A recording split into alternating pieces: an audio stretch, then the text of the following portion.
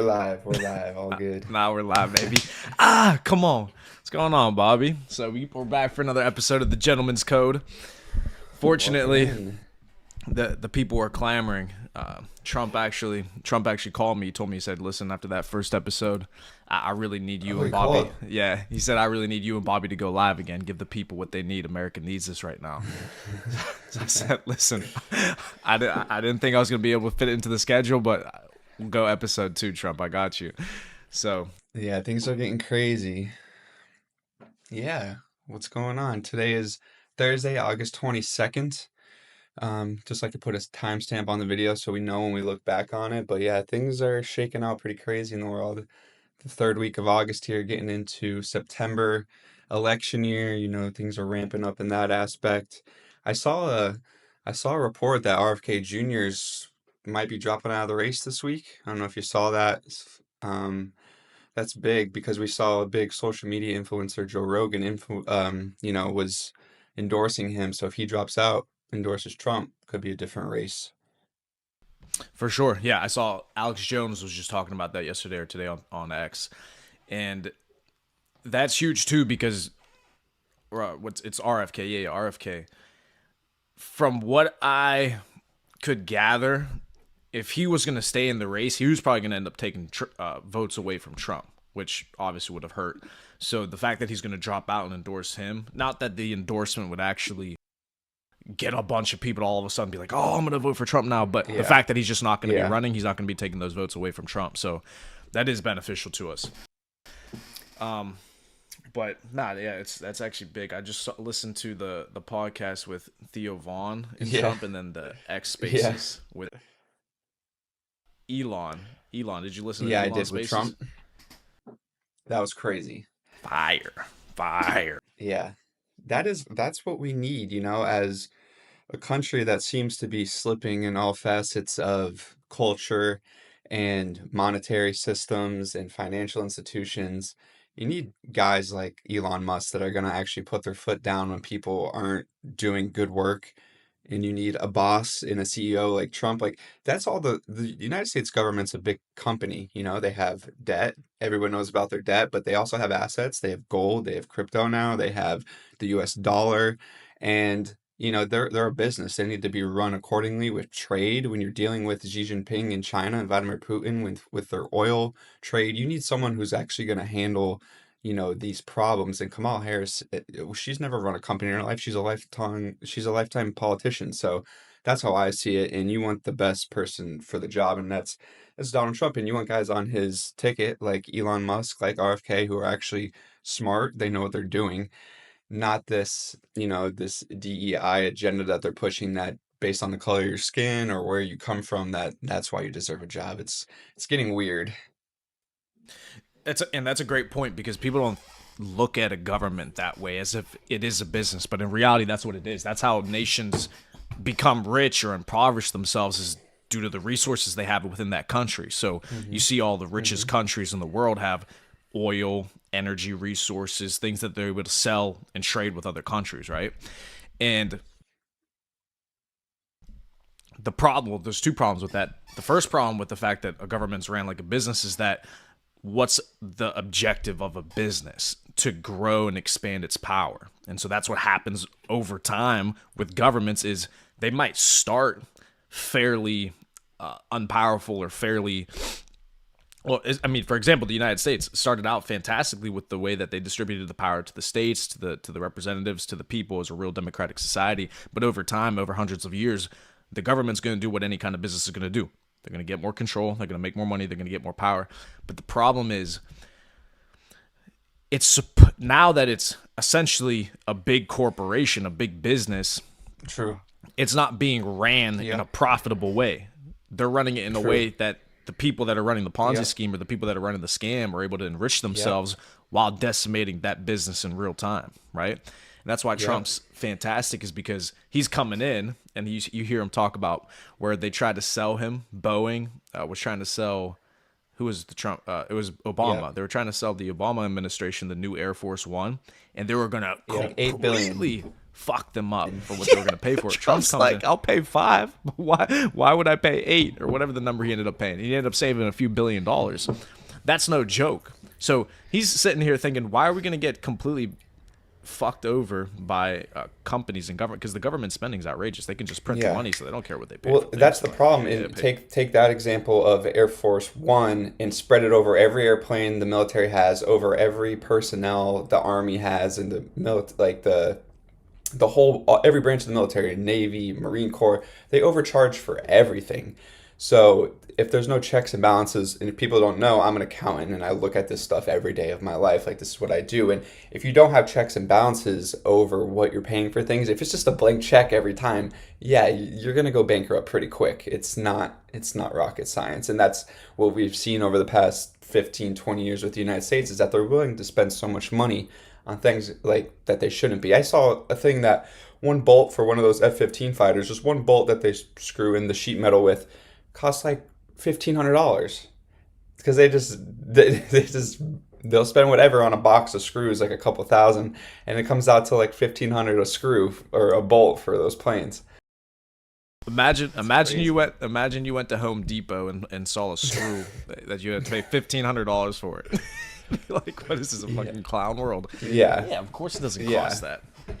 And the other thing too is imagine it was an individual, right? And you were going through an individual's finances, or you don't even have to do an individual, a small business or a medium-sized business's finances, and you look at their spreadsheet and you say, okay, you're spending way more than what you're actually making.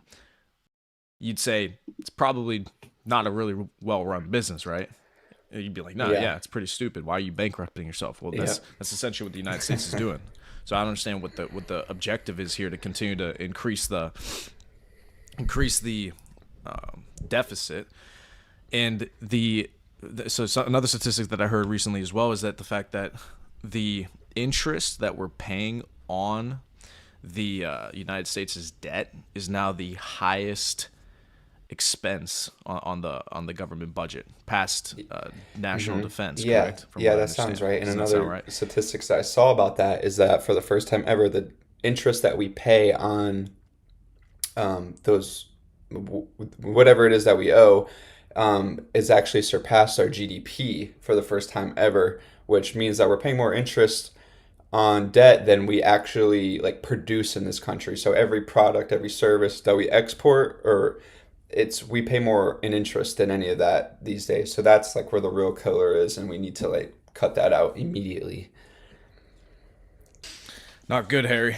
I mean, I look at that shit, and I mean, we run our own businesses, and it's so obvious to us that doesn't make sense or that doesn't work. But yet, on the highest level, the most powerful nation in the country doesn't seem to either understand that, which, I mean, there's only two categories that it could fall under. They either don't understand that or they don't care that that's happening. Now, me personally, I assume that they understand it. It's that they don't care about it. There's something else going on behind Yeah. the scenes that makes them say, well, it's okay. Yeah. Now, what that reason is Yeah, I think time will tell. when you hear like Trump and people say drain the swamp, I think that has something to do with it too. I think it's people in government, these non-elected officials that have their hand in the money pot, they're pushing agendas via law or Congress that benefit them, where they have their money. So when you hear them say like drain the swamp, it's just people taking advantage of the system, people that are having influence on things that they shouldn't have influence on, and then it generates them money, and it's just, creating a more bloated pig, to use an analogy. It's just like it just keeps getting bigger and bigger, and more people get into it. Like you hear Nancy Pelosi, she's like the best stock trader in the whole planet. She's better than Warren Buffett for some reason, even though she's been in government, supposed to be working every day for 50 years. She's like the best stock trader of all time. Well, obviously she has insider information that she's using to, put these trades in, which, I mean, good for her, because, anyone in that position, I'm sure, would do that. I'm sure she's not the first to do it, and I'm sure she won't be the last. But I mean, that's the problem. It's that they don't have the American people's best interest, and that is what's becoming so obvious to people in our generation. Right, yeah, because they're not being held accountable to it, and there's seemingly no way to hold people accountable to it. So now it's to the point where everything's becoming public and people are understanding what's going on. But now the big question is, well, what can you actually do to fix anything? Because the average person walking around on the street, they don't. Yeah. One, they probably don't care, and if they do care, they don't think they can actually do anything about it, which is an issue. And that's why I believe that a lot of these things are starting to become more and more known. And the feeling I get from these people in power is that they don't actually really care that much anymore that people know, because they realize that people aren't really going to do anything about it. And that's how they're making people more and more docile. They're making people more and more obedient. They're just making it normal that there's just corruption in the government, that there's just lobbying going on, that these drugs companies are going to control what bills get passed, and these lobbyists in all different types of forms in the government are going to just control what the laws that are passed. That's just what people assume nowadays. So they don't really even do anything about it, which is a huge problem, is that the population is becoming docile and becoming, let's call it, desensitized to the things that are happening in the government, which 100 years ago, nobody would have They'd been be out okay there with. with the rifles. The Brit. That's what I'm saying. The British put a 1 or 2% tax on tea, and the whole country, it started a war. I mean, that's how much people cared about these sorts of things. Now, you saw Kamala Harris wants to put a 46% capital gains tax, and 46%. So you're telling me I make the money, I invest the money, I make the smart decision to invest it into the right things and make the money, and you want to take half of it? Yeah.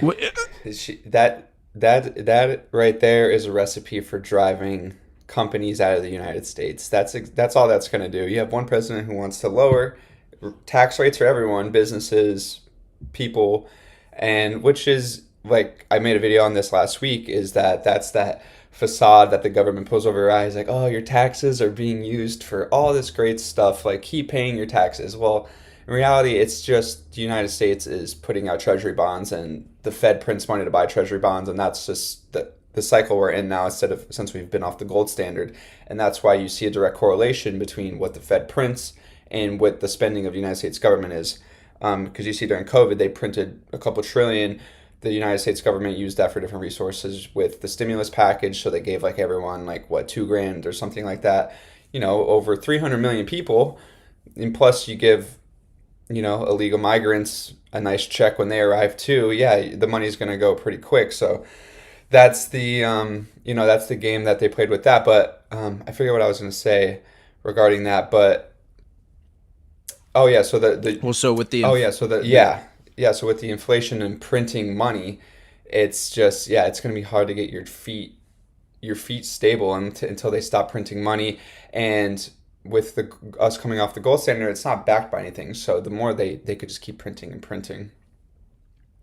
Well, yeah, and that's what people don't realize about the money that they're paying in taxes, is the taxes itself aren't necessarily funding the government. Mm-hmm. Right, raising and lowering the taxes doesn't actually dictate whether or not the government's going to print more money. Right, all inflation is essentially, I believe this was actually Elon who put it this way. All inflation is government spending. So when the government wants to spend more money and they don't have money, what are they going to do? Mm-hmm. They print it. Okay, so you print more money to spend more money. But that means there's more U.S. dollars in circulation. Well, there's more U.S. dollars in circulation, there's more supply. Well, what does that mean? Well, the value of each dollar is going to go down. Okay, simple economics. So then that's essentially what inflation is. So the more that the government spends and the more that the government prints, the more money is in circulation, inflation goes up, right? Because that means eventually more money is going to get circulated to the populace, and if people have more dollars, what are companies going to do? They're going to charge more money for the products that they sell because they can get more money for it. So in reality, if you want to stop inflation and you want to stop because we have terrible inflation right now, you got to stop the government spending, right? Stop printing more money. Mm-hmm. Yeah. So with that too is the Fed's target inflation rate, what it used to be before we went on this crazy spike, their target inflation rate's 2% year over year. So that's like what their goal is, to have inflation. I don't know how they calculate that, if they calculate new business coming into the United States from other countries, just people funneling in. They need more money, people transferring money from the euro or the yen or the Japanese dollar, whatever that is, people transferring money into the United States, like 2% inflation rate year over year is good. And I think it also has to do with the growth in GDP. So, like I said, GDP this year is actually stopped. Well, I think it was last year because the data is always kind of pushed back a year. But so, like the data after coming out of COVID for 2022, 2023, it kind of stopped. Like GDP kind of hit a halt. But year over year, that used to climb 2%, 2%, 2%, like the economy was growing. And that's the major indicator on if the economy is growing or not is our GDP, gross domestic product. What we create, it actually gets sold and bought by other countries. So that takes a hit. That stops for the meantime. I don't have any ideas that that'll contract and go the other way. I don't think so. I think America has too many different things it does. But so when you have the combination of inflation up to 8% and you have GDP taking a halt, that's just a recipe for things to just be so expensive like we see now. Housing market, you see BlackRock, major corporations just buying up all the housing. We don't have, the money to buy houses like our grandparents did. They could work a teacher's job making $40,000 a year in the 1970s, 1980s and can buy a four-family house and have four kids with a car. And so it's just, you got to be aware of these things. You just have to see what's going on around you and understand that, okay, if my money's not going to go as far as it used to, how do I either A, make more money, or B, how do I, use an alternative, which we see now coming alive is crypto. And I also saw gold hitting an all-time high. So if you have investments in gold, you're looking pretty right now too. And that's a great point, is because people aren't aware of what the hell's actually going on. So, right, people will ask us even inside the Taylor's Code about how to make money or different ways to invest, et cetera, et cetera.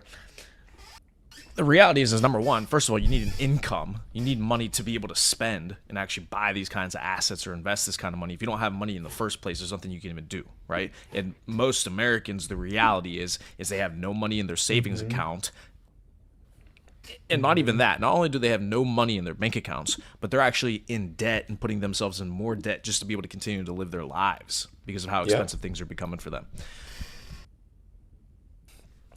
The reason that the rich are getting richer is because the rich have cash and they're able to go ahead and put that money into assets which appreciate. Regardless of the actual intrinsic value of the asset goes up or not, it will just go up in value just based off of inflation. Right?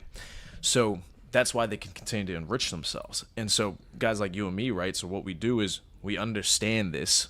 We're aware of what's actually happening. So we make money. We say, all right, where can my money actually maintain its value at the very least? But more importantly, be able to create more value, be able to get returns on our money. So you buy things like houses. Personally, real estate is definitely a fantastic route. Obviously, people make money doing real estate. For me personally, it's not super sexy. It's not super attractive. A little bit too much to. It's way more work than people make it out to be. They think that they're just going to buy a house and have tenants and get all this passive cash flow. It's not passive like that. It's not. And so we prefer crypto and those types of investments. But I'd rather have my money sitting in something that's fairly liquid, right, in terms of an asset, a lot more liquid than a home, that can actually appreciate and actually go up over time. And that's what you see happening is that all these super wealthy people, they put their money into these markets, and these markets are all manipulated. It's all a Ponzi scheme. And they continue to just rinse their money through these markets, and they start in super low risk assets. And then as the risk curve goes up, and as the markets start moving up throughout the cycle, they start to trickle their profits down to the more riskier assets, now to where the point that they've created the crypto market, where that's going to be the riskiest asset, and then people are getting fucking rich off of crypto because they're just buying the right coin. It pumps, they get 100x, and next thing you know, they're millionaires, right? But the only way that's going to happen is if you're aware of what the hell is actually going on, and you're actually investing into these sorts of things, right? Yeah, so that's a great point, and I think that's where a lot of Americans don't realize that they have a huge advantage when it comes to the rest of the world. We are the most, wealthy nation in the world. We have resources. We have everyone pretty much has the ability to get on the internet, to read, to go on social media, to go on X, to go on YouTube and watch videos and learn and teach themselves. It just comes down to, them doing it. But I think that this leads into a perfect time to do the buy or sell segment. If you're interested, I could lead us off. And this, my topic kind of fits in perfectly, so that's what made me think about it. And I'm gonna sell.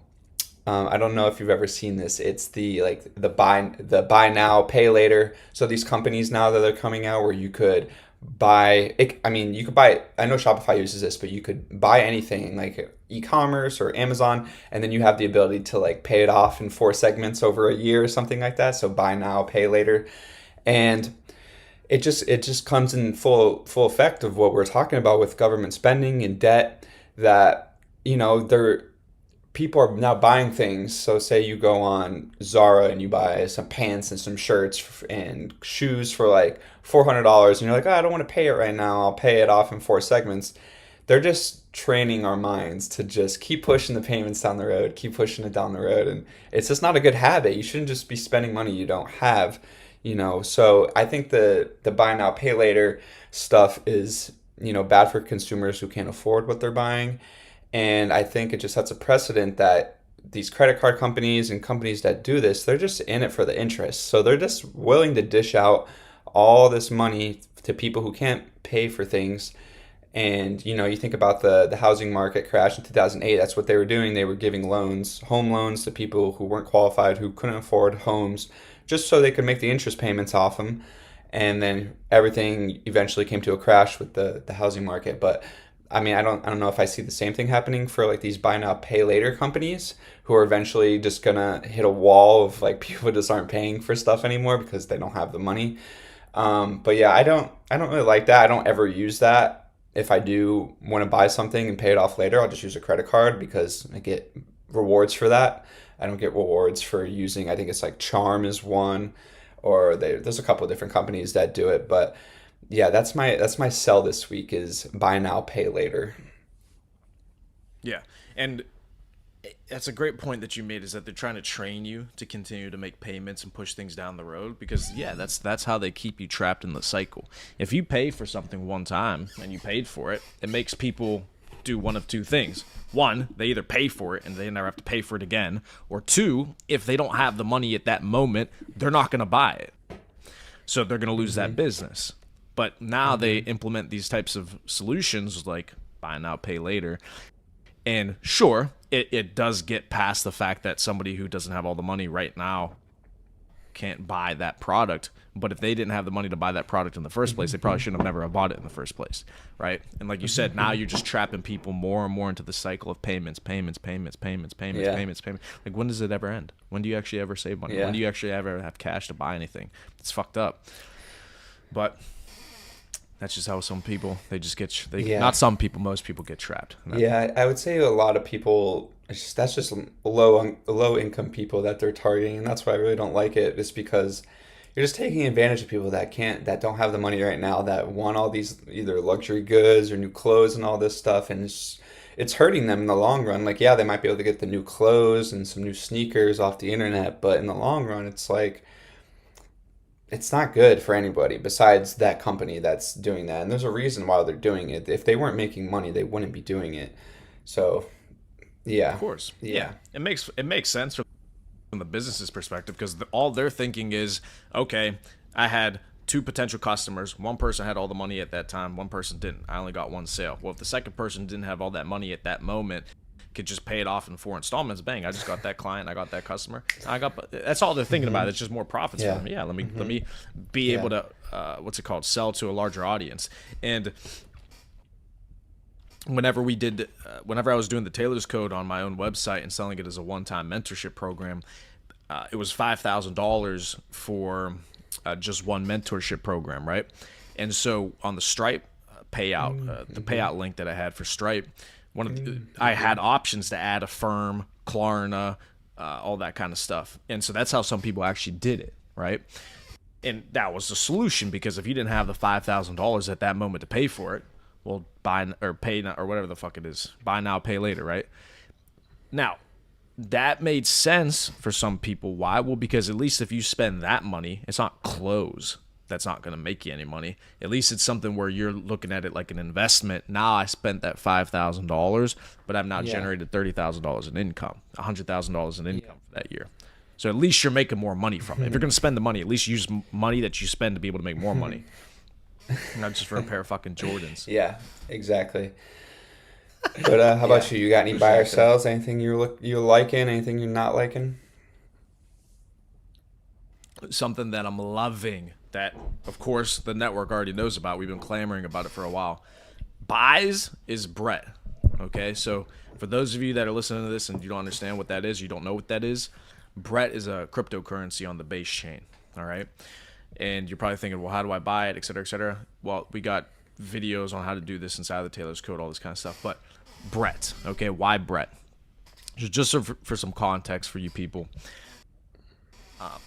right now cryptocurrency is in its next bull market cycle, okay, and when you want to make money in cryptocurrency, the best way to do it is to pick the standout winners that you know are going to get 5, 10, 15, 20x, and not be greedy and try to hit these lifetime life-changing plays that just by gambling. Okay, the problem with cryptocurrency is that broke people, right, they would rather gamble at the chance to make money. So they would rather gamble at a chance to make the money they could have made simply by just doing hard work, as opposed to making money through hard work and having an income and being able to invest heavily into blue chip, into winner assets. And so Brett is essentially one of those blue chip winner assets. So right now it's evaluated at about $850 million market cap. Okay, which $850 million market cap in the crypto world might not seem like, no, it may seem like it is a large market cap and there's not a lot of upside left, because I've had people ask this to me before, like, oh, is it too late now? Can I not buy it? Isn't that too high? They want to buy something that's, $1 million Yeah. market cap, but it's going to go to zero. So No, I was just gonna agree on that. It's really tough, especially when you're looking at new coins, mostly like meme coins, things that pop on the market for a day and you see rip up 1,000%. You're like, oh, I gotta get involved in this. But those are the ones you kind of want to stray away from. yes, you want to stay with the blue chips. So Brett is at $850 million market cap right now. It all-time high was about 1.7 billion. So you got about a 2x before it even gets back to its all-time high. Right? So if you invest $1,000, you're going to have 2,000. If it just gets back to its all-time high, which obviously I believe is going to go much, much, much, much higher than that. So the point I'm making is Brett is the largest coin on the base chain, and what the base chain is it's the layer 2 blockchain for Coinbase. So most normies, most people that get onto crypto in the US market, the first exchange that they're going to use to be able to buy crypto is going to be Coinbase. So Coinbase, it basically released its layer 2 blockchain, which is on top of the Ethereum blockchain. So Ethereum's the level 1, L1, base chain is the L2. Why they did this, we can talk about it, but essentially Ethereum has very high gas fees, which means that whenever you make transactions on the Ethereum blockchain, it costs a lot of money. And it's going to continue to get more and more expensive. So what Coinbase did is they created a layer 2 blockchain that operates on top of Ethereum that essentially costs nothing to use. So if I make a transaction with Ethereum on the base blockchain, it will literally be 1 cent to do that transaction. The same exact transaction on the normal Ethereum blockchain, not using the base chain, could be 10, 15, 20. I've seen it as high as $50. It's a big fucking difference. Okay. So the point being is, since this L2, this base chain is new, and Brett's the biggest coin on this new blockchain for the largest crypto exchange adopted in the United States, naturally, as the base chain grows and new users come to that blockchain, where's all that money, where's all that cash flow going to go to? It's going to go to the biggest meme coin on the fucking blockchain, which is Brett. So the point being is that Brett's going to explode and it's going to go up. So if you're going to buy something in the crypto space right now, that's what I would lead you towards, is Brett. I would also lead you towards things like, I mean, let's not get too complicated, but Brett. I would buy Brett on base. So that would be what I would be looking at this week. And I'm myself accumulating more and more of that every single So week. just from like a Coinbase marketing perspective, I feel like they're really doubling down on Brett because what was that one thing you sent me? It was like a boat race out in Europe, and the boat, like in the lake, they had like, when they do boat races, they have like these things set up so you know where the track is, and on the it's like little signs, and on the signs they had the Brett heads. So I thought that was super cool. Just from like a marketing perspective, it's like Coinbase has this, face for them that they could use to buy like meme coins, like people that want to buy meme coins and stuff like that. So that's, one reason why I think it's so big, because now it's like becoming the face of Coinbase coins almost. So people that don't know, how to buy it, what I did to buy Brett was to get on Coinbase, put some money into there, buy Ethereum on Coinbase, and then what you could do is download the Coinbase wallet. So now this gives you access to every layer within, like Priyama was saying, you have Ethereum and then you have the base chain. So now you could buy any coin underneath in the Ethereum network. So you could buy Base, and then within Base you could buy any coin that's on the Base network. So then you could buy Brett. So that's why I think, getting into Coinbase, getting into, even if you're not going to invest a lot of money, just start getting involved and start learning how to do it. Buy $5 worth, buy $10 worth. It's less than, a Big Mac meal at McDonald's. Just put some money in there. And like we said, our goal is accumulation. Even if I'm buying $20 a week, sometimes I don't even buy that much. I'm just putting whatever I could into, just buying more coins, and down the road is when we're really going to look for returns. Yeah. And that's all people have to do is actually try, is just educate yourself on these things. So many people haven't even adopted or gone into crypto yet just because it's different, it's new, they're not sure how it works, they're not sure how to do it. When that's exactly when you want to adopt something. If everything is speed, business is speed, making money is speed, it doesn't matter what the business is, what the idea is, what the asset is. People who are going to make the most amount of money are the ones who start first, the ones who get there first, right? It's imagine you were running a marathon, and how much of an advantage would you have if you started that marathon an hour before anybody else could start it? It's like, yeah, you might suck at running, but if you start an hour before everybody else, you're going to have a pretty good chance of getting to the end before a lot of other people. So that's the whole mindset behind making money, is you have to understand it. You have to go fast. By the time that everybody is doing it, that's when the opportunity is gone. Yeah. Okay. So right now, when crypto's volatile, whenever crypto's scary, people don't want to adopt it, people aren't sure what's going on, this is when you want to become an expert at it. Why? Well, because whenever it's 20 years from now and everybody is using crypto in their ETFs, you see the ETF, Bitcoin ETF that came out, the Ethereum ETF that came out, BlackRock, all these massive companies are now buying a shit ton of Bitcoin, a shit ton of Ethereum, adopting these things. Now, slowly, they're going to start putting this into your 401ks. They're going to start putting this into your investment accounts. This is all getting adopted by all these major investment companies. So whenever the common American man and woman are now investing into Bitcoin and Ethereum in their 401ks, how much do you think these assets are going to appreciate? They're going to fucking blow up. So if you own all this stuff before the shit gets into somebody's 401k, you're going to do pretty well.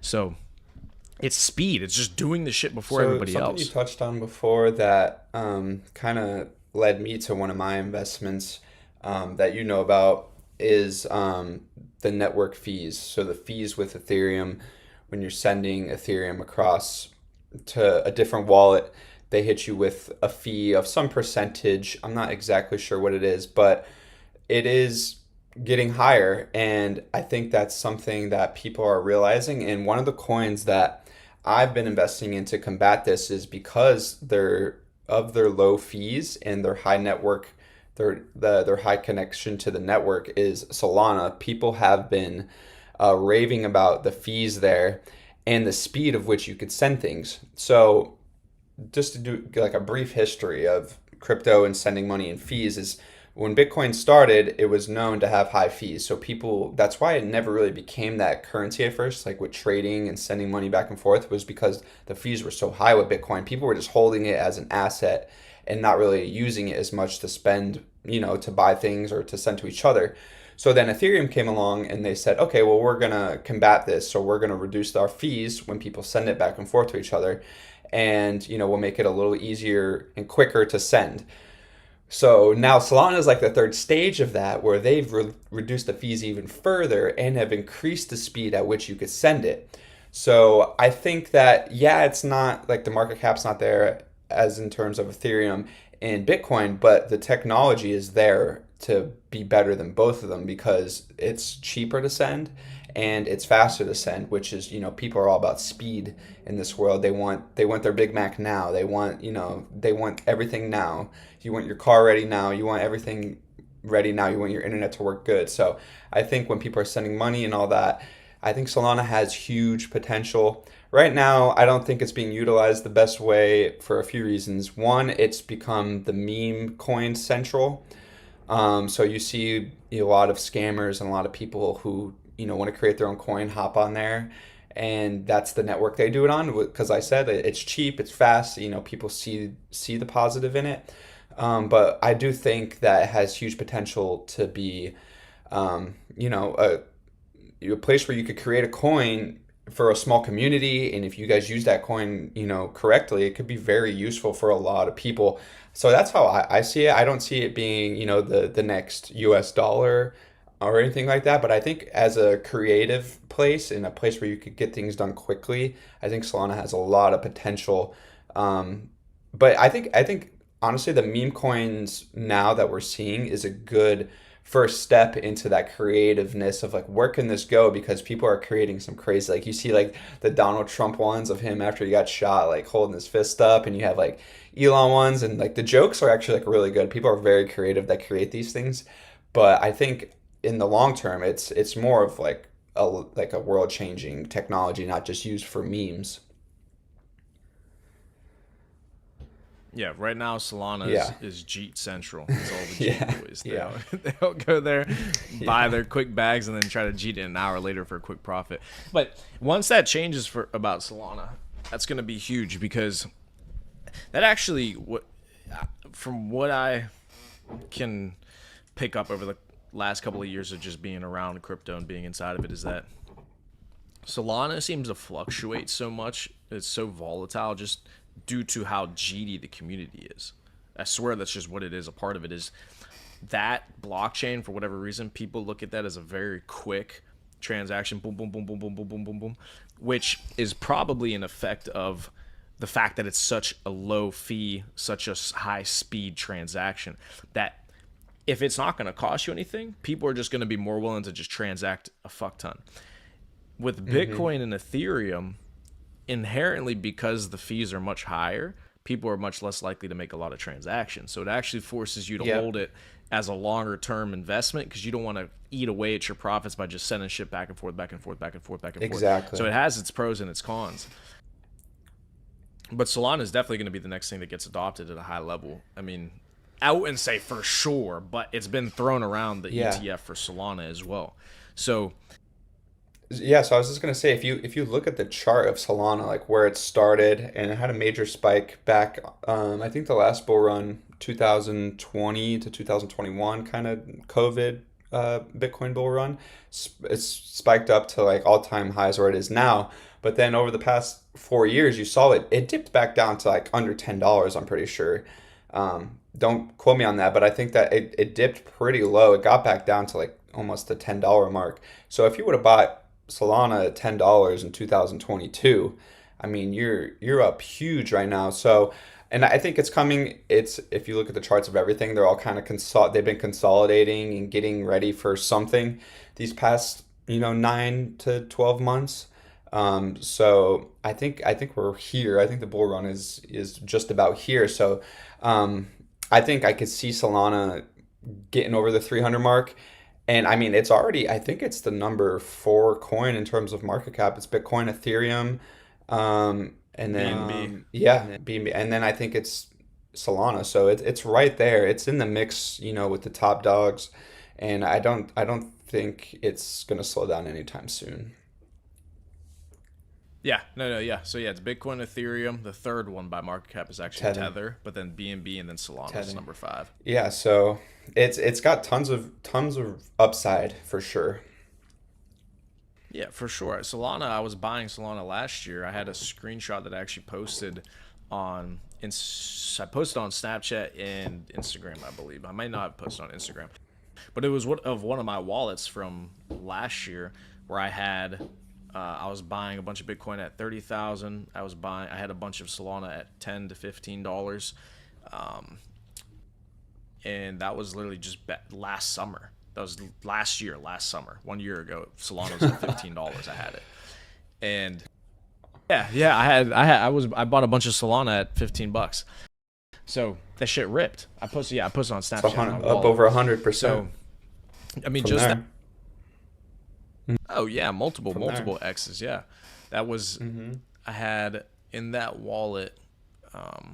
That was one that I just started at the I believe it was in May or March of last year, and that wallet itself up over $100,000 just from 25K in the screenshot. Like it's just incredible how quickly you Yeah. can make the money in crypto if you're just Yeah. not an idiot. You just buy the shit and you hold it. I Yeah, mean, it's you really gotta that you gotta simple. think about it is in terms of, like the pioneer age. If you think about like when Warren Buffett started stock trading when he was a kid in the 1940s, he really went with like the big dogs that he saw. He invested the little money he had. Like he literally talked about it in his book. Like he started when he was like 6 years old. He would like his father taught him about investing when he was a child, and he would sell lemonade in the street and take the pennies he made from lemonade and put it into Coca-Cola stock as a kid, which is, I mean, why he's one of the richest guys in the world today. But if you could adopt that same mindset in crypto, it's a new technology. It's only been around for 10 years, in like a very popular fashion. Even like 10 years ago, though, it wasn't popular. Like the guys who knew about crypto were probably in the industry. They, got into Bitcoin somehow, some way. Their friend told them about it. And yeah, so we're still very early in terms of this. And one stat that we like to throw around all the time is that only 1% of the world is really invested in it. So once the other 99% adopt, it's like you're only going up from there. 1% of the 1% of the world's wealth has made it into Bitcoin and the cryptocurrency market. Bitcoin's current market cap evaluation is 1 point something trillion. Let me pull it up.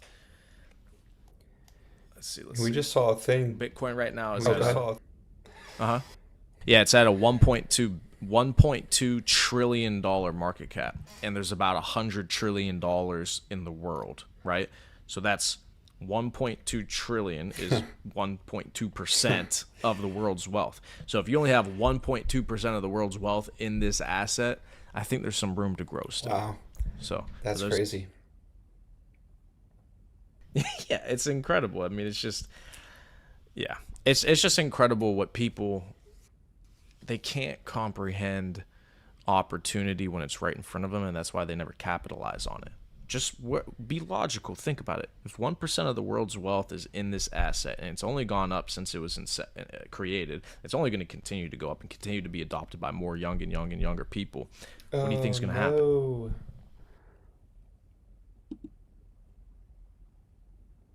All right, well, thank you for joining, everyone. I think that's our time limit, I guess. I don't know.